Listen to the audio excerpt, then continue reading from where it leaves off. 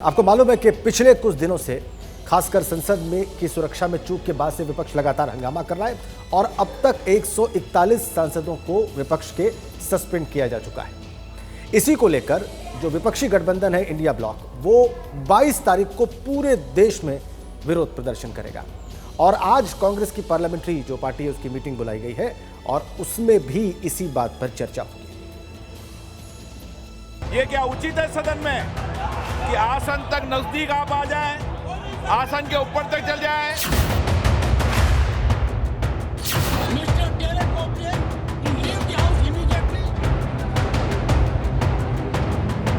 संसद में 19 दिसंबर को भी वही हुआ जो 18 दिसंबर को हुआ था।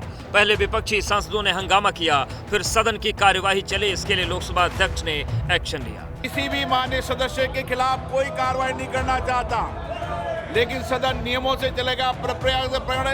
ये क्या उचित है सदन में कि आसन तक नजदीक आप आ जाए। लोकसभा अध्यक्ष ने 49 विपक्षी सांसदों को सदन से निलंबित कर दिया। यानी संसद के शीतकालीन सत्र में अब तक लोकसभा और राज्यसभा के 141 सदस्य निलंबित हो चुके हैं। सबसे पहले 14 दिसंबर को लोकसभा के 13 और राज्यसभा के 1 सांसद को निलंबित किया गया। 18 दिसंबर को लोकसभा के 33 और राज्यसभा के 45 सांसदों को निलंबित किया गया।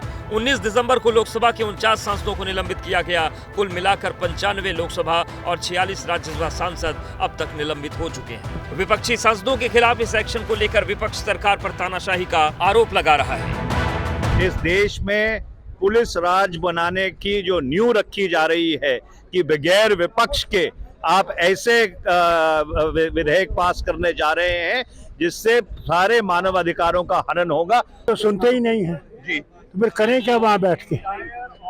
हम लोगों के मसले उठाएं, लोगों की बात करें, होता नहीं है। इससे बेहतर है घर जाएं। It's a mockery of democracy कि नापदंड क्या है, क्या सोचकर आप नाप रहे हैं कि इनको डिसमिस करना है, इनको नहीं। सांसदों के निलंबन के खिलाफ विपक्षी गठबंधन ने 22 दिसंबर को देश भर में प्रदर्शन का ऐलान किया है। वहीं आज सोनिया गांधी की मौजूदगी में सुबह 9:30 बजे कांग्रेस संसदीय दल की बैठक होगी। बैठक में सांसदों के निलंबन पर चर्चा होगी। विपक्ष संसद की सुरक्षा में सेंध वाले मुद्दे पर सदन में गृह मंत्री के बयान की मांग कर रहा है। इसे लेकर लगातार हंगामा हो रहा है। 141 सांसदों के निलंबन के बाद लोकसभा में विपक्ष के 102 और राज्यसभा में विपक्ष के 94 सांसद बचे हैं। विपक्ष सांसदों पर हुई इस कार्रवाई के खिलाफ विपक्षी नेता सोशल मीडिया पर सवाल उठा रहे हैं। निलंबित सांसदों ने सदन भवन परिसर में प्रदर्शन किया। विपक्ष निलंबन की इस कार्रवाई को एक तरफा बता रहा है। जिस तरीके से लोगों को, संसद सदस्यों को निलंबित किया जा रहा है, उसके बाद लगता ही नहीं है कि उसके विपक्ष का कोई औचित्य रह गया इनके दिमाग में। इतने ऊंचे पैमाने पर आजाद भारत में कभी सांसदों का निष्कासन नहीं हुआ। ये तानाशाही से भरा हुआ फैसला। अब ये किस मुंह से लोकतंत्र का मंदिर कहेंगे जब विपक्ष को इस तरीके से बाहर कर देंगे। ये शुरुआत है अपनी मन मानी चीजें करने की।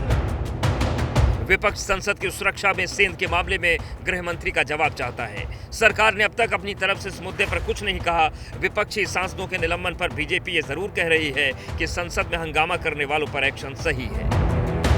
और ये कोई लोकतंत्र को, मतलब लोकतंत्र के खिलाफ ये निर्णय नहीं है, लोकतंत्र को मजबूत करने वाला ही निर्णय है। लोकतंत्र का मतलब है कि चर्चा करो। हाउस में आपको लोगों ने चुनकर दे दिया है, तो हाउस में अपनी चर्चा करनी चाहिए। अकॉर्डिंग टू पार्लियामेंट रूल्स करना चाहिए काम, वो नहीं करते हैं तो निकल सस्पेंड किया, तो इसमें कोई गलत बात तो नहीं है, सही है। इस हंगामे और एक्शन के बीच राज्यसभा में national capital territory of Delhi laws bill 2023 pass हो गया। वहीं लोकसभा में भारतीय न्याय संहिता, भारतीय नागरिक सुरक्षा संहिता और भारतीय साक्ष्य संहिता पर चर्चा हुई। इन 3 बिलों पर आज गृह मंत्री अमित शाह लोकसभा में जवाब दे सकते हैं। तो संसद में सुरक्षा चूक और सांसदों के निलंबन के मामले को लेकर आज भी सदन में हंगामे के पूरे आसार हैं। इस पर लगातार हमारी नजर है।